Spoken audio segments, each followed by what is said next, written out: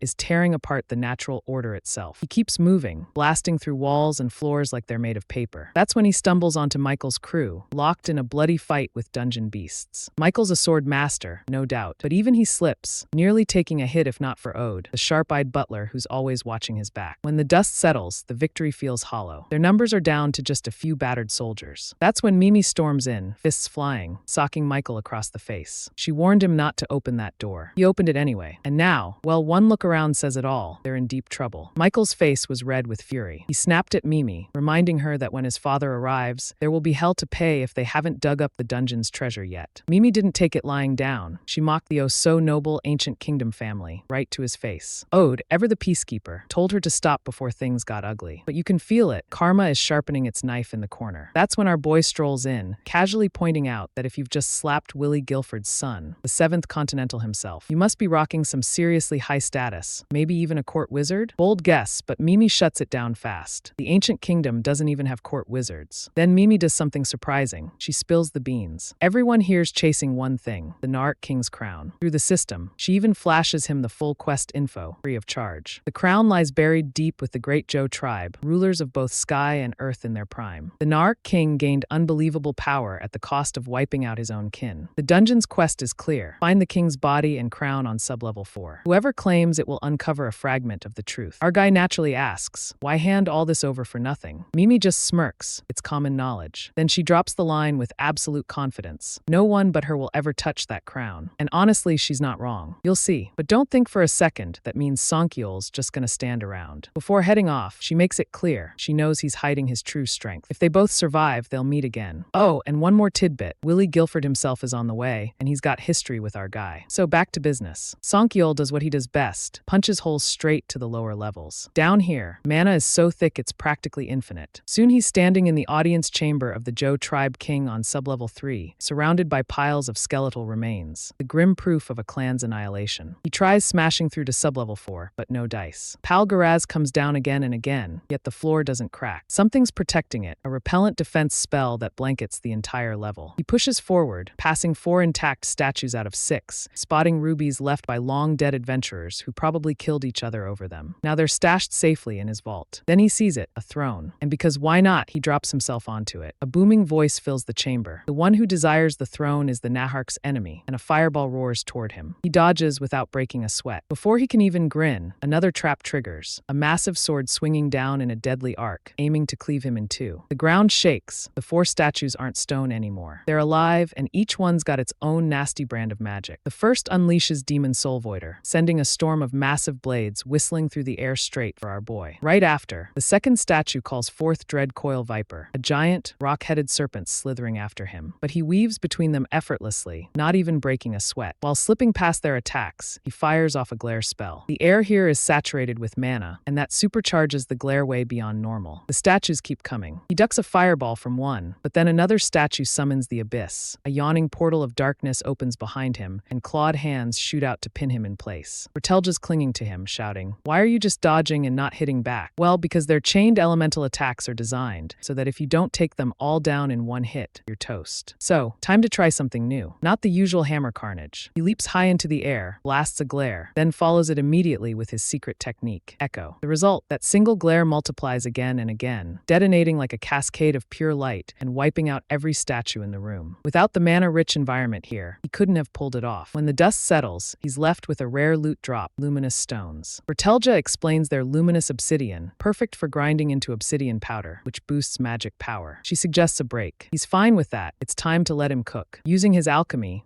cooking, skills, he tosses ingredients together, turning the luminous obsidian into fine powder. And right when the crafting's done, his stomach growls like it's declaring war. Dinner time. He whips something up for himself, even as Bertelja urges him to hurry and claim the dungeon's reward before anyone else. But seriously, no one does anything great on an empty stomach. stomach, not even the strong. With food in his belly, the plan shifts. Head back to the second floor and shadow Michael's team. Sure, he could smash through that third floor defensive spell with glare, but even if they push to the fourth floor, they're blind without intel. He launches himself into the air, drops down to floor 2, and what does he find? Rockhead, locked in a fight with the elves. Right beside him stands Willie Guilford, 7th Continental, Sword Master, and Michael's father. Rockhead's been working with Willie all along, which means he's not just some random tough guy. He's part of the ancient kingdom. Willie stood before the remaining men, talking about those who died in the expedition. Rockhead, he just shrugged. Making new sinners for the Force is easy. That's when it clicked. This guy isn't just bad. He's worse than the demons. Even our boy's blood boiled. These sinners died because they followed the wrong leader, and now their corpses are being used as trail markers. Shoving the anger down, Sankyol found the stairs leading to the third floor. Quietly, he trailed them and overheard Willie arguing with his son. As expected, the old man was already disappointed. Still no sign of the crown, most of the party dead, and nothing to show for it. Ode, being Ode, tried to cool them off, noting that Mimi was also leading a part of the search. But they just wouldn't stop bickering, so we'll fast forward to the moment things went from annoying to deadly. The endless abyss surrounded them. Anyone they swallowed became one of them. Party members started dropping fast, and, get this, Rockhead, the same man who shrugged at their deaths, bolted like the coward he is. Willie, however, pulled out something from his inventory, an ancient lamp containing moonlight. The glow was otherworldly as he ordered his people to strike the creatures within the light's reach. Mimi saw her opening and slipped away from the chaos. Sankyol, of course, followed her. She led him to a strange door and pointed out she already knew he was the one who turned the golems here to ash. With a swift spell, she unlocked the door. A chilling system message appeared. Honorable One, greet the king of the destroyed world, who will be returning soon. And there it was, the truth. The Nark king's crown rested in the grave of the Joe tribe king below. Then, just like that, Mimi teleported away, leaving him standing there. Oh, she'd completely played Willie and the ancient kingdom crew. They'd been nothing but her unwitting escorts, bleeding and dying so she could get here. Then the temperature dropped. Black fog coiled around him, thick and cold. Activating the Eye of Truth, he saw them, ghosts drifting forward out of the dark. The ghosts drifted closer, and even they seemed to acknowledge just how strong our boy was. Their warning was chilling. Once the king awakens, every living thing in this dungeon is done for. Sankyol's response? A bored scoff and, then I'll just kill him. Simple. That clearly didn't sit well, because the ghosts suddenly shifted form, weaving an illusion field around him. Shadows twisting, reality bending. But they picked the wrong opponent. Thanks to the ancient warrior's unyielding skill, mind games and cheap tricks roll right off him like water. When the haze faded, the floor was littered with strange corpses. Mutated bodies that looked like an unholy mix between cave elves and Nark, like something deliberately bred to keep intruders away. The metallic tang in the air was impossible to miss. The whole place reeked of mercury. From behind, Mimi was already mid-incantation, her trio of homunculi forming a defensive wall. They were holding their ground, even pushing the monsters back, until one of the beasts unleashed a magical blast. One homunculus leapt in front of it, taking the full hit. It crumpled to the ground, motionless. The sacrifice bought Mimi the time she needed. Her voice rose, completing the spell, boiled mercury rain. High temperature, vaporized mercury poured down, a horrific mix of alchemy and metallurgy designed to melt through the enemy. It worked, but in a space this tight, the fumes hit her too. She coughed up blood, staggering, yet still pressed forward. Bertelja, sitting snug in our boy's pocket as always, groaned dramatically about feeling exhausted from mercury poisoning. She hasn't lifted a finger all fight. Then it happened, a nosebleed. From him. That's a first. The mercury had sapped his stamina, and for a moment he actually felt it. But then his passive skill, blood of a light warrior, kicked in, restoring him to full strength the moment his stamina dipped to 30%. Even he admitted it had been a long time since he'd felt this way. Recharged, he went right back to his favorite pastime, blasting holes through walls and floors, tearing his way deeper in search of the Joe tribe king's grave. It was relentless until he came upon a door that practically screamed bad news. And stepping through it came the next challenge. The cursed one. Our boy wasn't messing around. He whipped out the Cassandra demon whip, snagged the monster, yanked it in, and then BM, Palgaraz smashed it straight into the suspicious door. Funniest part, the hit didn't just kill the monster, it also obliterated the door in one swing. And just like that, he'd reached the lowest floor of the dungeon, the Nark King's tomb. A shimmering barrier wrapped around it, and there was only one way to open it: sprinkle it with the hot blood of a Nark royal. Problem is, Nark royals were supposed to be long gone, nothing left but dusty trophies. Or so everyone thought. Bertelja's solution was simple: just smash it. Problem? This wasn't a wall you could break without consequences. One wrong move, and the entire dungeon could come crashing down. That's when it hit him. Mimi had been way too confident about getting the crown. She knew something, so he backtracked. Sure enough, the expedition party had caught up to her, and they'd killed one of her homunculi. The thing was somehow still barely alive despite multiple sword wounds. With its fading strength, it told him him Mimi had escaped, but they'd taken her eyes. When he finally found her, Mimi was alive but cornered by two men ready to finish her off. They didn't get the chance. Songkyul beheaded them both in an instant and handed her a health potion. That's when the truth came out. The tomb could be opened, and now Ode also knew how. Ode, who'd do anything to make Michael the next heir. And yes, he was the one who blinded her. The plan: lay low and reach the tomb before them. She told him about a narc farm on the southeast side of the 4th sublevel, where cave elves had turned the surviving narc into livestock after the Zhou tribe king's fall. The quest required the blood of a newborn narc. And newborn narc? Yup, it's a chicken. A magical chicken, sure, but still a chicken. Once mighty, the narc had grown weak without their king, losing battle after battle against the cave elves until they were domesticated. Most lost their magic, though a few mutants could still wield it. They returned to the tomb to hide, knowing Will and his crew would show up. Sure enough, they did. And then, oh, this was rich. Michael proudly held up a fluffy white baby chicken, thinking he'd just scored the key to the tomb. As Mimi casually talked about the color of the royal chicken, she suddenly vanished. Moments later, Michael slaughtered it, letting its blood spill onto the barrier. The barrier shattered, but the tomb didn't open. Instead, the ground shook and a towering narc stepped forward, the guardian of the tomb. Blade in hand, it swung straight for Michael. Ode threw himself in the way, shoving Michael aside and taking the fatal blow. Ode was gone in an instant. And now Songkyul? He was furious. Mimi had played him, and that was a mistake she was going to regret. The guardian's voice was full of rage. The so-called royal chicken Michael had just sacrificed? Nothing but a worthless hybrid. Michael's pride snapped. He charged in, unleashing a storm of slashes on the guardian. But every single strike was blocked, and the counterattack came fast and brutal. Michael was left badly wounded and barely standing. It looked over for him, until Mimi stepped out of the shadows, one of her homunculi at her side. She bowed before the guardian, her tone smooth and respectful, announcing she had brought an offering to the great immortal king. Then she activated true colors, and the homunculus changed before everyone's eyes, revealing itself as a blue narc, pure-blooded and unmistakable. The truth hit hard. The real key had been a blue narc all along, not the white one Michael had flaunted. Without hesitation, she beheaded it. The severed head was offered to the tomb. The moment the blood hit, the guardian vanished, and the immortal narc king himself awakened, Maraka. Mimi knelt low, congratulating him on his return. With a flicker of power, Maraka restored her sight, like her blindness had never happened. She told him the truth of the present, that his people had all perished, sacrificed to turn him into a divine being. Maraka asked her if there was anything she desired. Before she could answer, Willie arrived. Mimi didn't waste a breath. She pointed right at him and declared that this man was an enemy of the narc. Willie drew his blade instantly. Dark energy poured from it, taking the form of a massive viper, materialization of dark energy, and it lunged for Maraka. The narc king simply spread his wings and unleashed Revolt Feather Cascade, shredding the attack midair. But the rain of razor feathers didn't stop. It veered toward Michael. Willie threw himself forward, raising the warding shield to block the storm. Over the roar of the assault, he promised his son that if he survived, he'd make him the head of the Guilford family. But Maraka's attack was unrelenting. The shield splintered. Michael fell, lifeless, and Willie himself was torn apart by the barrage. Mimi just stood there, mocking them, talking about karma as if the whole scene was poetic justice. That's when our boy stepped into the tomb, Pal Garaz in hand. Willie's gaze locked on him, and the recognition was immediate. This wasn't just an enemy. This was the world's enemy. These two had history. Maraka didn't hesitate. Another feather barrage filled the air. Songkyul planted his feet, poured his power into the hammer, and smashed it into the ground, the shockwave tearing through the incoming attack. Willie was on the brink of death, but before the end, he rasped out the truth. Songkyul had gone beyond being a superhuman. He had become a transcendental being. Maraka's eyes narrowed. With a single gesture, he summoned the guardian back into the chamber, its massive frame looming over Songkyul like a mountain. And in that tense moment, the last piece of the puzzle slid into place. Willie Guilford, the man now gasping for life, had once fought side by side with Songkyul as a comrade. The guardian stood tall, calling forth his deadly army and bragging that his soldiers could end a life with just a touch. You already know how this is about to go down. Our boy tightened his grip on that hammer, poured his strength into it, slammed it into the ground, and boom. That entire army vanished like they were never there. The guardian lunged, trying to land a decisive blow. One clean counter and his weapon shattered. He charged again, fists flying, but this time our boy met him punch for punch. Literally. The guardian's body went the same way as his weapon. And somehow, Maraka was still thinking this was just an ordinary human standing before him. Maraka called on his father's dark magic, shadows swirling, but before he could even blink, our boy was behind him, hands locked around those majestic wings. And just like that, rip, no more wings. An immortal king, grounded and humiliated by someone he underestimated. But Maraka wasn't done scheming. He muttered about needing a sacrifice. His gaze landed on Mimi. In one swift motion, he seized her, drained her life, and in doing so healed his wounds and restored his wings. Our guy rushed in again, weapon raised, but Maraka raised something even deadlier, the Zhou tribe's defense barrier. This thing doesn't just block physical attacks, it cancels them and sends them back 3 times harder. The next second, our boy was tasting his own power at triple force. Pain still fresh, he unleashed Glare, a spell that stunned Muraka in place. In that single opening, the king lost an arm and a good chunk of his left side. Muraka's response was to put up the Transcendental Being Barrier, a defense that both heals its user and blocks physical and magical damage. His plan was simple: sit tight, heal up, then crush his opponent. But our boy made it clear, barrier or not, he was going to end this. In fact, he even offered Muraka a way out. Hand over your crown, and I'll spare your life. Muraka froze, baffled. Why would a human want the Narc crown? The answer came quick. The crown grants the Narc king's authority and power, and more importantly, the dungeon's reward is a catastrophe-level familiar. That was it for Muraka. He burst out laughing, scoffing that the crown had no such power, and mocking the idea of a catastrophe-class familiar. But the familiar part? Completely true. You'll see why soon. Sonkyul felt like a fool for believing Deckard's tale, but with Muraka still grinning like he had this fight in the bag, our boy decided to stop playing. He activated Obsidian Power, cranking his magic output even higher. Plus, the area was rich in mana. Right now, his magical attack was boosted to a staggering 300%. Then came the move that would shake the chamber. Glare, followed instantly by the secret technique, Echo, splitting that glare into countless, devastating reflections, all aimed straight at the so-called Immortal King. That so-called impenetrable barrier didn't stand a chance. With his magic stacked on top of layer after layer of mana buffs, Sonkyul's glare ripped right through it. Muraka still wasn't ready to die. He tried to make a break for it, only to have a hammer hurled at him, cutting off his escape. He bolted anyway, tearing up to the 3rd floor. Sonkyul chased. Then the 2nd, then the 1st. The king was clawing for the exit like freedom was just a breath away, until the whip lashed out and yanked him back down. At this point, surrender would have been the smart move. And just to make things interesting, Sonkyul let him reach the surface. The moment sunlight touched him, Muraka's body began to dissolve. He collapsed back into the dungeon in agony. That's when the truth came out. The earth itself had rejected him. Why? The curse of extinction. A death curse birthed by a god who arrived with the catastrophes. Every child born after that disaster was doomed to die before adulthood. Muraka missed the cutoff by a single year. His father, the previous king, wanted him, the one with black feathers, to be the heir, so he forced him into a 3,000-year hibernation, fueled by the lives of the cave elves and Narc who served him. And just like that, the reason behind those elves riding Narc mounts finally made sense. Since this happened millennia ago, Muraka had been infected before the curse had even finished spreading. Now, with his body already failing, he planned to burn the earth itself, a twisted memorial to the kin who sacrificed everything for him. Sonkyul pitched another way. Stay, help me, and I'll break the curse. Muraka dismissed it outright, convinced this was nonsense. But Sonkyul reminded him, there are people who've beaten it before. The 7 heroes did, and he's stronger than every single one of them. Muraka's pride wouldn't bend. That's when Bertelja climbed out of the pocket, finally snapping. She told him flat out, he had no idea what his kin's life had become. And so they took him to see it for himself. The farm, rows of what was once a proud race, now reduced to livestock. Narc penned like chickens, butchered for meat. That was the reality, and seeing it shattered Muraka's composure. In that moment, the Immortal King's rage lit up the dungeon. Muraka finally made his choice. He put his trust in our human boy. Then, in a blink, he was gone, transformed into Marakia's egg. But there was more left behind. His soul's essence lingered, ripe for the taking. Sonkyul absorbed it. Strength, agility, stamina, no gains there. He was already way beyond Muraka in those areas. But magic and intuition? That was a jackpot. His magical power and intuition shot up to nearly 500 points each. At that level, we're talking past the limits of what any superhuman could dream of. With that kind of boost, our boy casually dropped that he'd soon be paying a visit to the demon lord himself, Athanius Max. Now, let's shift the scene to the Hermit Tower, the place where the legendary Book of Destruction is kept. Leaders from across powerful factions had gathered. Isu Jang of the Iron Blood Knights, Akanan of the Assassination Order, Kent from the Human Empire, and Kapeki of the Merchant Union. None of them had a clue why the tower's master, Porphyry, had summoned them. Porphyry broke the news. He'd seen the Zhou tribe king's catastrophe appear in the book. But then it vanished. That stunned the room. Catastrophes are written in stone, inescapable events. They don't just stop. But this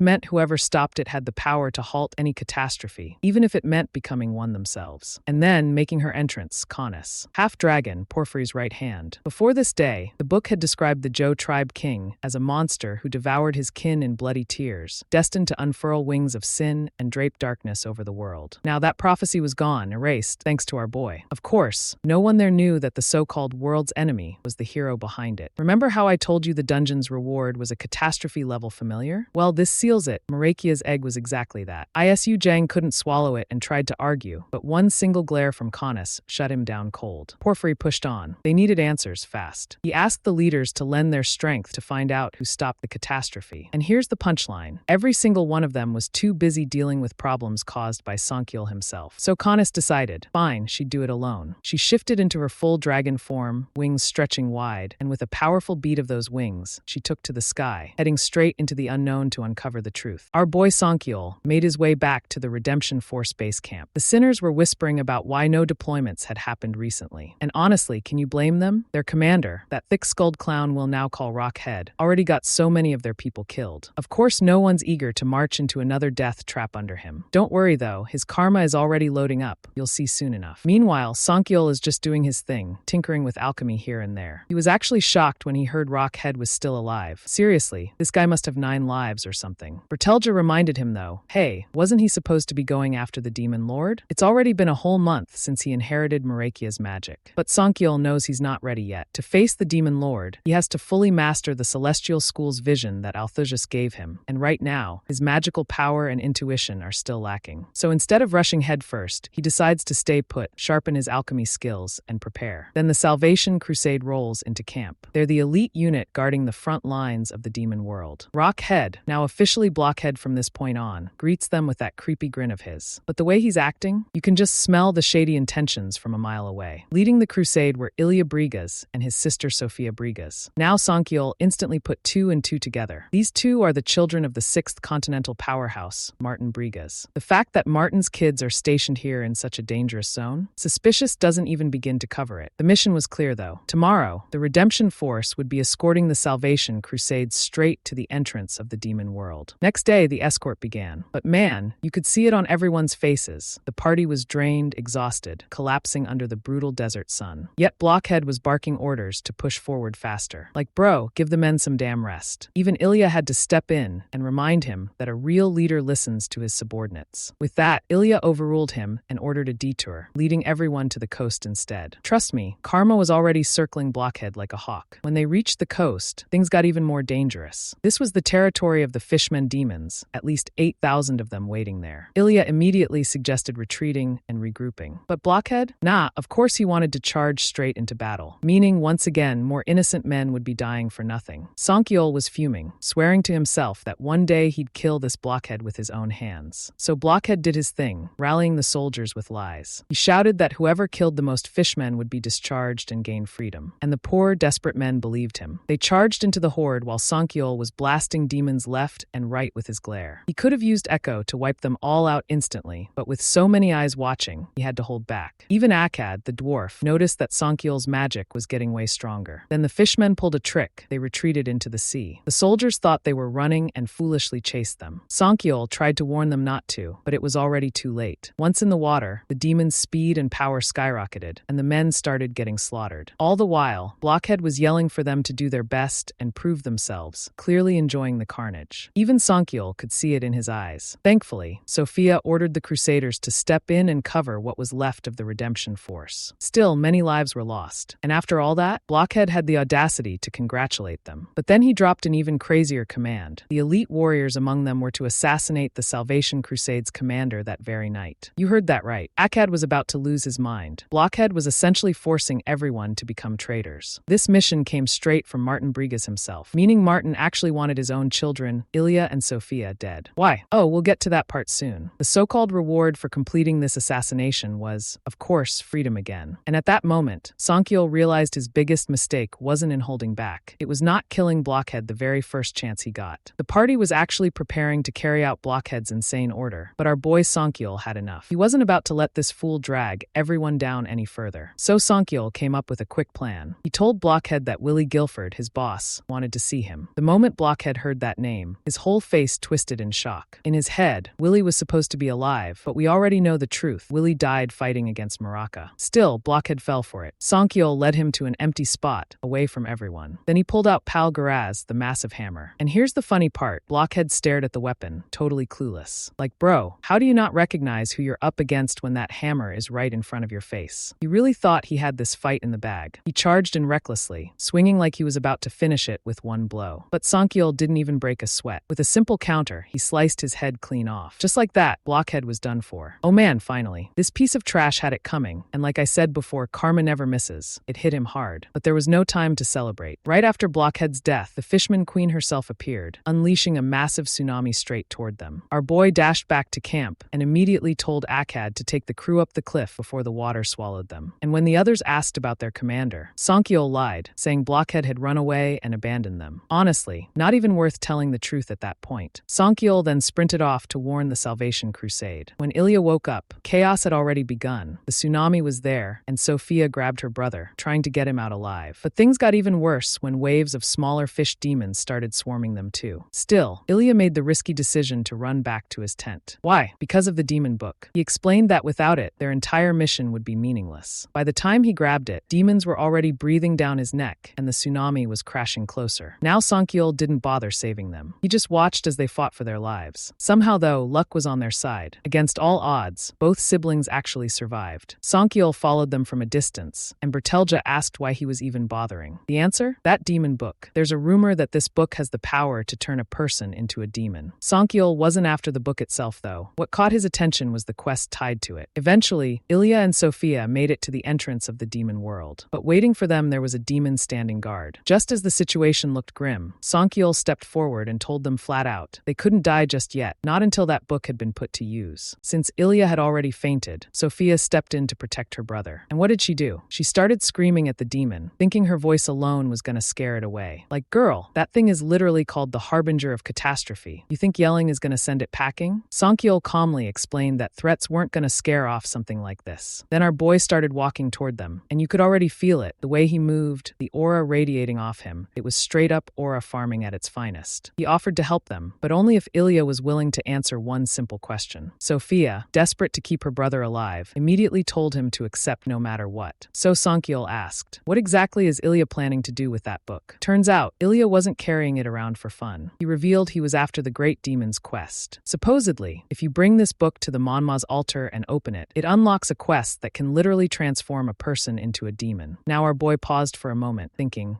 is it really worth saving a guy who actually wants to become a demon? But then the siblings' real story came out. Their father, Martin Brigas, doesn't tolerate anyone he considers weak or useless. He straight up murdered their own mother, and now he's trying to wipe out his two sons as well. Hearing this, Sankyol's interest peaked. A revenge story? Oh, he was definitely down to see how this played out. With a smirk, he handed Ilya a potion, basically saying with his face, what can I say? I'm just a curious guy. Right then, the Harbinger of Catastrophe charged at them. But Sankyol was already prepared. He drew out his Heartfire sword, swung it once, and unleashed a blazing wave of fire that reduced the demon to ashes in an instant. With the threat gone, Sankyol and the siblings set their sights on the city of demon worshippers known as the Two Towers. Each tower belonged to a major demon, Meadora and Carol Sherrick, who were locked in some territorial dispute. Naturally, our boy led them to the nearest one, the Red Tower. But as they approached, they were caught off guard. A whole city surrounded the tower, and at first glance it looked human. But on closer look, not exactly. These people had twisted their own bodies to resemble demons. Things escalated when one of these demon-like humans spotted the book in Ilya's hands. His eyes lit up with greed, and of course, others joined in too. They all wanted it. Sankyol asked them where he could find Meadora, and one demon sneered, pointing to the top floor of the Red Tower. He added that the great demon's quest begins once the book is presented to Meadora. But instead of answering nicely, that same demon lunged to snatch the book. Sankyol whipped out the Cassandra whip and reduced him to ash on the spot. Seeing that, the other demons wisely decided to escort the party to the tower instead. The Red Tower, also known as the Tower of Bliss, was not what anyone expected. Once inside, the place was overflowing with desserts. Cakes, pastries, even a giant bowl of chocolate. It was like stepping into a cursed candy land. The demon host smiled and invited them to dig in. For a split second, Ilya and Sophia almost fell for it, about to stuff their faces, but Sankyol cut in with savage sarcasm. He told them it was astounding how they had an appetite for food prepared by a literal maggot demon. And just before the creature could spring its trap, Sankyol casually fired off a glare and killed it without even breaking stride. Finally, they reached the top floor, Meadora's grand hall. The moment the door opened, the smell hit them. It was stinky as hell, the kind that makes your stomach turn. And there it was. The mighty great demon Meadora was nothing more than a gigantic, revolting maggot. Ilya didn't waste any time. He threw the demon book on the ground, dropped to his knees, and bowed before the creature, begging it to turn him into a demon. Meadora, the big nasty maggot demon, created something called the Manhwa's altar. And trust me, you don't want to picture it. This altar was literally made out of wriggling maggots. Disgusting. He told Ilya to place the demon book on top and warned him clearly, if he failed, he'd spend the rest of his life crawling around as a maggot. But Ilya, stubborn as ever, had already made up his mind. He set the book on the altar altar, and the quest activated. The journey to bliss. The quest gave Ilya one goal: annihilate every single resident of the Tower of Order, which was the Blue Tower. The rewards were 5 points of strength, 5 points of magical power, and citizenship in the Tower of Bliss. So off they went to the Blue Tower. On the way, Ilya had the nerve to grab Sankyol's arm and ask why he was even helping them, since he clearly wasn't interested in becoming a great demon. Our boy gave it to him straight. He didn't care about demon power. He just wanted the magical power and intuition points this quest was offering. Nothing more. The moment they entered the tower, 2 citizens blocked their path, both armed with swords. Ilya said they wanted to see the administrator, but one of the citizens immediately snapped and lunged at him. Sophia reacted fast, cutting him down. But before she could relax, the other one rushed her from behind. That's when Sankyol stepped in. He threw his sword, flames bursting out as it struck, saving her life on the spot. With those 2 defeated, the system awarded the promised strength and magical power points. But the funny part, Sankyol already had max strength, so the system reminded him he couldn't receive any more, basically saying, "Sorry bro, you're too strong for this basic reward." Sophia noticed it too and was stunned. She couldn't wrap her head around how a so-called wizard could be capped out on strength points. They continued upward to the 2nd floor, the Hall of Justice. And you can probably guess how that went. The citizens there didn't last long either. But one of them stood out. This guy was holding a massive hammer and actually survived the first clash. Ilya, thinking he could finish him off, charged in recklessly. The hammer wielder swatted him away. Ilya was struggling hard, completely out of his depth. Sophia was about to step in, but Sankyol stopped her. He told her flat out, if she didn't want to end up like her brother, she needed to stay back. Our boy wasn't playing around anymore. He pulled out obsidian powder to boost his magical attack, then blasted the citizen with a glare. Once it was over, he'd had enough. He grabbed Ilya and gave him a serious warning. This was the last time he'd save him from his own reckless stupidity. But of course, Ilya wasn't listening. His mind was too wrapped up in becoming a demon and taking revenge to notice anything else around him. Finally, they reached the chamber of Sharik. And you already know, after one tower had a maggot demon, the second one had to be just as nasty. Sure enough, Sharik wasn't majestic or intimidating. He was a giant fly demon buzzing in front of them. Ilya's eyes lit up, already fantasizing about killing this thing for the quest. But Sankyol wasn't interested in playing around. He cut straight to the point and demanded Sharik hand over the 2nd demon book. Sharik couldn't believe Sankyol actually cracked the whole thing. This quest was meant to make the 2 towers keep each other in balance, and yet our boy figured it out just like that. Sharik handed over his demon book, and the moment Ilya pulled it out, the quest kicked in, the journey to order. Their mission was clear: wipe out the residents of the Tower of Bliss, those poor souls who drowned themselves in pleasure. Same as before, the quest rewards were 5 points of strength and 5 points of intuition. Sankyol didn't waste time. He told Ilya to let his sister be the one to carry the demon's book. On the road to the Red Tower, they ran into more corrupted citizens, and LOL, our boy had already seen enough of these guys. He didn't even wait. He dashed right in and lit them up with his heartfire sword, completely roasting them. While he was fighting, Ilya turned to his sister and asked if she really trusted Sankyol. His sister, the smarter one of the 2, explained that they had made it this far thanks to him, so trusting him a little longer wouldn't hurt. But you know Ilya, he doesn't really think things through. Instead of listening, this idiot stole his sister's demon book and ran back to pick a fight with Sharik. Of course, that ended exactly how you'd expect. Sharik crushed him and was about to devour him whole when Sophia and Sankyol came back. And let's be real, Sharik is nothing but a damn fly compared to Sankyol. Our boy flat out refused to help. And honestly, why would he? Ilya made his choice to go back, so let him deal with it. Sophia, though, being the one who actually takes responsibility, stepped in. She told Sankyol that if she failed, at least he had to step in to save Ilya. Brave girl dashed in against Sharik, but the bastard sent a swarm of flies at her. She cut some down, but there were just too many. One fly stabbed her in the back, then the rest closed in around her. While Sophia was struggling, Sharik had already started eating Ilya. That set Sophia off, and she went full rage mode, slicing into one of Sharik's limbs. But even with her bleeding and cornered, Ilya still couldn't shut up about wanting to become a demon. He didn't care about his sister, nothing. Sophia kept Sharik busy while Ilya ran off to Sankyol begging for help. Sophia held the line, fighting through the swarm, even as they stabbed into her body over and over. Meanwhile, Ilya crawled over to Sankyol, crying and begging him to save them. Sankyol just looked him in the eye and asked, "Who do you actually want me to save?" That hesitation from Ilya said everything. And that's when Sankyol pulled out his pal, Garaz. The instant Ilya saw it, he realized the truth. This was him, the world's enemy. And now our boy. He was beyond pissed. Our boy straight up told Ilya to shut up and just sit there like the piece of trash he is. And to make it funnier, Bertelja even jumped in calling him a jerk. Even this fly demon hovering around knows exactly who our boy is. And get this, the fly actually thought he was about to become the next demon king. Like, bro, sit down. That dream is cancelled. So our boy powered up the pal Garaz and wiped out all the small flies in one strike. The blast was so strong it even hit Shark. Without wasting time, he dashed forward and smacked Shark so hard the guy went flying, crashing far away from the tower. Quest complete. The reward? A random treasure chest and the symbol of the great demon. But the sad part, Sophia didn't make it. She died, and honestly I can't help but blame Songkyul for not saving her. We all know how his personality works though. This isn't the first time he let someone go like that. At least he granted her final wish, which was to save her brother Ilya. And speaking of Ilya, the dude just ran straight at the symbol because if he gets it, he can become demon. What can I say? Absolute trash. Your sister just sacrificed herself for you, and all you can think about is turning demon? Our boy, on the other hand, saw this as the perfect chance because once Ilya turns demon, it'll mess with human subconsciousness and spread corruption. Now let's switch scenes. We head over to the Traun Vigilante Training Center, where soldiers are training under Commander Ferrum Daggett. Above him sits Martin Brigas, the Traun Margrave of the Demon World frontline. Martin's having some high-level guests from the Iron Blood Knight envoy. They came begging for reinforcements since most of their mobile fortresses are already destroyed, countless knights dead, and they can't hold out much longer. But instead of sending help, Martin, being the arrogant trash he has mocked them, saying they're weak and flat out refused to send reinforcements. Thing is, Songtik-jo, the commander of the Iron Blood Knights, isn't the kind of guy to just let this slide. Martin's own servants tried to talk some sense into him, telling him the knights already lost 60% of their forces, and they're barely hanging on. Martin, he laughed like a maniac and said he never liked Songtik-jo anyway. His real plan is nasty. He wants the Iron Blood Knights to fall so he can take their place. That's actually why he even created the Traun Vigilantes in the first place. Now back to Songtik-jo. The guy is boiling after hearing Martin refused to help. And instead of just waiting to die, he started cooking up something dangerous. He sat down with a demon and made a deal to join forces with that demon's king. Once the deal was set, the demon vanished to inform his king. Looks like Martin's about to run into karma real soon. Meanwhile, our boy Songkyul was camping out alone. Bertelja noticed he looked a bit down and asked if he's not going back to the redemption force. But our boy, he's done with humans for now, so he's going solo. Just then, an explosion ripped through the area. It came from the storm front dwarf stronghold. Technically, the Iron Blood Knights should have been helping the dwarves, but since they're struggling too, no help came. So our boy stepped in to help the dwarves. Now you might be asking why he'd do that. Well, turns out back in the past, he literally got the dwarves so drunk they all passed out, and while they were out cold, he stole the Pal Garaz, the hammer the dwarves themselves created. And don't forget, he once robbed the Infinite Vault too. So yeah, it's becoming pretty clear why he's called the world's enemy. And trust me, there's another huge reason for that title, but I'll get to it later. The dwarves were under siege by a demon commander and his army. We're talking full-on war, the kind where everything around you is burning and crumbling. Every time a demon even thought about getting close to the fortress, called Bomba, the Stormfront Post dwarf commander would wipe them out instantly. But then the demon commander ordered his barrier destroyer demons to charge forward. And that was a big problem because if those monsters actually got close, the fortress wouldn't stand a chance. Just when things were about to get desperate, meteors suddenly started raining down from the sky, smashing demons left and right on a massive scale. Yup, that was our boy making his entrance, dropping meteors like it was nothing. The demon commander, furious, ordered his army to rush Songkyul directly, but our boy once again unleashed the power of the skies, calling down another meteor storm that bombed the whole battlefield. At this point, the commander completely lost it and personally charged at Songkyul, but our boy wasn't shaken. He whipped out the Cassandra whip and lit up the demons that dared to get close. The moment the demon commander saw that whip, he froze in shock, like, how the hell does a human even get his hands on that? Before he could process it, the dwarves fired off their cannons and completely crushed the commander along with what remained of his forces. With victory in hand, the dwarves celebrated with a massive banquet in their hall. And of course, our boy went all in, drinking non-stop, while Kal Bomba laughed his head off watching how Songkyul could actually hold his liquor better than most dwarves. In between the laughter and drinks, Songkyul asked why the Iron Blood Knights hadn't sent reinforcements. That's when we learned the truth. Kal explained they were already struggling on their own, and Commander Songtik couldn't even rescue his own son from the Summon Palace. That got our boy thinking, wait, is this all connected to me killing Aram Park? But no, we know the real reason, Martin. Even Kal made it clear. Martin's been refusing to send any help to the Iron Blood Knights, deliberately trying to wipe them out so his successor, Ferrum, can rise to power. After explaining all this, Kal told our boy it was time to move out. They were heading to the gathering point. Turns out Martin Brigas had sent out invitations to all nations and races on the Demon World frontline, mobilizing centralizing them all to one set of coordinates. And here's a cool detail. Those coordinates, if you punch them into Google Maps, they actually point to the border between North Korea and South Korea. Nice little Easter egg from the author right there. While marching with the dwarves, they even started singing a mocking song about Songkyeol, not realizing he was literally walking among them. The song went like, Songkyeol Kim, you scoundrel, return the Pal Garaz, you bastard. Worthless Songkyeol Kim, return the Pal Garaz, the Otherworld's menace. Even Bertelja couldn't hold back her laughter at that one. She found it hilarious. Eventually, they arrived at the central gathering point of the Allied forces. Call pointed out how just one letter from Martin was enough to mobilize this overwhelming force, proving the guy had massive influence. Standing right beside Martin was his chosen successor, Faram Daggett, which made everything fall into place for our boy. He finally understood why Ilya had ended up in the miserable state he's in. He also noticed Songteek glaring daggers at Martin, and knowing his temper, there's no way he'd let Martin push him around without a fight. And just when things were heating up, Sujin appeared, walking straight toward our boy, instantly sparking memories the moment he laid eyes on her. Our boy finally reunited with Sujin, and the funny thing, she recognized him instantly, not because of his face or anything, but because he's still wearing the exact same clothes. Sheesh, talk about not changing your drip. Anyway, Sujin revealed she's now with the assassination order, which made our boy raise an eyebrow, because those guys don't exactly welcome returnees with open arms. In fact, they downright despise her, calling her the one who shook the axis of time. Then she leaned closer and dropped something wild. In the future she came from, there's a rumor that the world's enemy appeared here and ended the war. And the hilarious part, she has no idea she's talking to the very person she's describing. And you all know she knows his real name, Songkyeol Kim, which is the exact name of the world's enemy. But thanks to the veil of the deceiver hiding his true appearance, she can't connect the dots. Now, our boy had one thought in mind. I'm not revealing my identity no matter what. So he figured, hey, they only got half the story right. Problem is, Sujin already reported this to the higher-ups, which means if the so-called world's enemy doesn't show up, her life's basically on the line. Right then, Call called everyone to organize the troops. Our boy slipped away, but Sujin yelled after him, saying she's looking forward to tasting another one of his dishes again. Shift scenes now, at the gathering point of the Allied forces near Simpa province, inside what's pretty much an unofficial world council. Sujin stood before the leaders of the assassination order and shared her story about the future. The second continental executor, Aquaroa, was baffled. He couldn't understand how the world's enemy could bring about the end when he couldn't even handle the demon lord. The fifth head, Shamal Rajput, also scoffed at the idea that a mere human could end the world. But then the third continental head, the wandering king Kromgald, former king of Litiginia, stepped in and said he believed Sujin. He pointed out that there's always a chance for something like that to happen. Now here's where it gets messy again. Everyone basically hates our boy. Why? Because the catastrophes are balanced as long as the demon lord remains alive. And our boy? He's aiming to kill the demon lord. But once he does, the 7 heroes will resurrect and throw the world into chaos. Another big reason he's public enemy number 1. The leaders decided they need to stop Songkyeol before he can ascend to demigod status. They're even underestimating him, thinking he might have physical strength, but his magic is still child's play. Meanwhile, we all know our boy has been grinding like crazy, raising his magic every chance he gets. Now let's head to Harapaya Hill. The Allied forces were stationed there, staring down a demon army of at least 100,000 troops. The dwarves took the central rear, backed up by the Troan vigilantes and Elven arrow guard covering them from front and back. On the left flank stood the turban Shamshir, led by Armik the Brutal. The right was defended by the Ironblood Knights' Ironcraft Bastion. But the problem was obvious. The knights didn't have enough manpower to even operate the bastion properly. Our boy thought to himself, if Martin Brigas dares to play with people's lives just to protect one of his successors, he'll make sure Martin pays with his own. Then the demon who had made a deal with Songteek Joe showed up in the sky. He delivered a message from Commander Fronteroa of the demon army. The demons said they simply want to support those willing to become demons, asking for a clear path in exchange for safety and access to high-level black magic. Martin's response: he fired a magic arrow right at them, basically saying, no deal. After that, he ordered Faram to be ready to move to the right and take control if the Ironblood Knights fell back. Once Faram succeeded, Martin planned to formally introduce him as his son. And just like that, the battle began. Our boy decided not to rush in. Instead, he stayed to the side, raining meteors on the enemy forces. But make no mistake, after this war, his eyes are locked on Martin Brigas. That man is his next target. The war is fully raging now, and it's brutal, demons and the Allied forces clashing, tearing into each other without mercy. Of course, as expected, the Ironblood Knights started backing down because they were way too short on people to hold the line. That's when Martin swooped in with his troops, pretending to be the savior. But let's be real, the guy only wanted the glory so he could climb higher in the hierarchy. But then things went from bad to worse. The guerrilla Tam Tam showed up, chomping humans left and right like they were snacks. This monster charged straight toward the dwarves, forcing them to shift their artillery to draw its attention. Problem? The artillery didn't even scratch it. So the dwarves did what they do best, pulled out the shield formation, everyone raising their shields together like a steel wall. Then, in perfect sync, they launched their iron chains to immobilize the beast. And let me tell you, these chains are no joke. Not even a dragon could break through them. With Tam